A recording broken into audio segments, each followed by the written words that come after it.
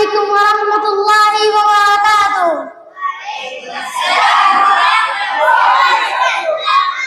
نحمده ونصلي على رسوله الكريم أما بعد. أعوذ بالله من الشيطان الرجيم. بسم الله الرحمن الرحيم.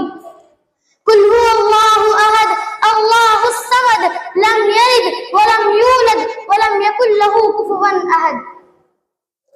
اللهم صل على محمد وعلى آل محمد كما صليت على إبراهيم وعلى آل إبراهيم إنك حميد مجيد. اللهم بارك على محمد وعلى آل محمد كما باركت على إبراهيم وعلى آل إبراهيم إنك حميد مجيد. بھائیوں بزرگوں دوستوں، میں نے آپ لوگوں کے سامنے سورہ اخلاص پڑھی ہے. اس مناسبت میں میری تقریر کا عنوان ہے توحید. دین اسلام کی بنیاد توحید ہے. سب سے پہلا فریضہ توحید ہے. کافروں اور مسلمانوں کے درمیان فرق کرنے والی چیز توحید ہے. توحید ہی وہ چیز ہے جس کے لیے اللہ تعالیٰ نے ساری کائنات کو سجائی ہے. توحید ہی وہ چیز ہے جس کے لیے اسباب کے لیے اللہ تعالیٰ نے تمام انسانوں اور جناتوں کو پیدا کیا. توحید ہی وہ چیز ہے جس کے طرف لوگوں کو بلانے کے لیے اللہ تعالیٰ نے نبیوں اور رسولوں کا سلسلہ جاری فرمایا. توحید ہی وہ چیز ہے. اگر توحید ہے تو ہی اللہ کے دربار میں نیکیاں قبول ہے. اگر توحید نہیں ہے تو بھی اللہ کے دربار میں کوئی نیکی قبول نہیں. توحید ہی وہ چیز ہے جس کو کوئی آدمی نے پسند اس کو جمع رہا تو اس کا ٹھکانہ جنت ہے. اگر کسی آدمی نے اس کو انکار کر دیا تو اس کا ٹھکانہ دوزخ ہے. محترم سامعین، جنت کی چابی توحید ہے اور جہنم کی چابی شرک ہے.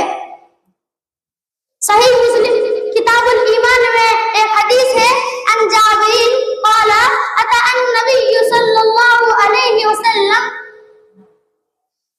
فقال رجل يا رسول الله صلى الله عليه وسلم ما المجهول وطانه من مات لا يشرك بالله شيئا دخل الجنة ومن مات لا يشرك بالله شيئا دخل النار.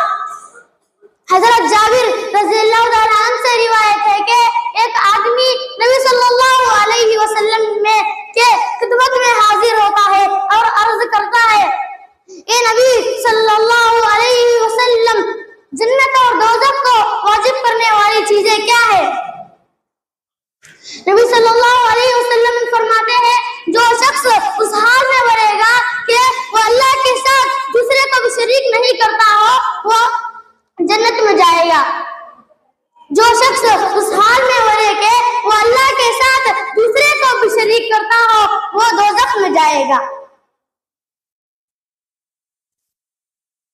قل هو الله احد الله الصمد لم يلد ولم يولد ولم يكن له كفوا احد. اے نبی صلی اللہ علیہ وسلم، آپ کہہ دیجئے اللہ ایک ہے، اللہ بے نیاز ہے، نہ اس سے کوئی جنا ہے نہ وہ کسی سے جنا گیا ہے، اس کا کوئی ہمسر نہیں.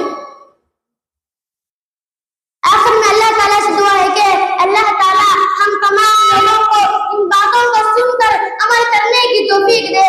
آمین. وآخر دعوانا الحمدللہ رب العالمین. وصلی اللہ علی